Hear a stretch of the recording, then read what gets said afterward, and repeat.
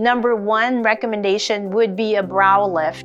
And the reason is that the brows are in close proximity with both the upper eyelids and the lower eyelids. And when there is ptosis or sagging of the eyebrows, it causes more fullness or sagging of the upper eyelids.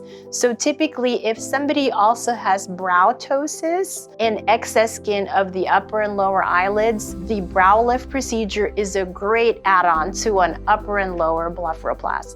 The second other possible add-on to blepharoplasty procedures are skin resurfacing. So sometimes even when we do an upper blepharoplasty and lower blepharoplasty, there's still some sagging tissue right below the eyelid-lid-cheek junction or on the upper cheek, and especially in the crow's feet area. So whenever we do a blepharoplasty procedure, if we do skin resurfacing in this area and in the crow's feet area, it really improves the quality of the skin and the appearance in this area. And lastly, the last thing that could be a great add-on to a blepharoplasty procedure is fat grafting. So sometimes even when we remove the excess skin of the upper and lower eyelids, we have some hollowness in what's called the tear trough in the lid-cheek junction. So we take a little bit of fat wherever there's excess fat. For most ladies, it's the lower belly or inner and outer thighs, and we gently re-inject this fat in the tear trough and lid-cheek junction.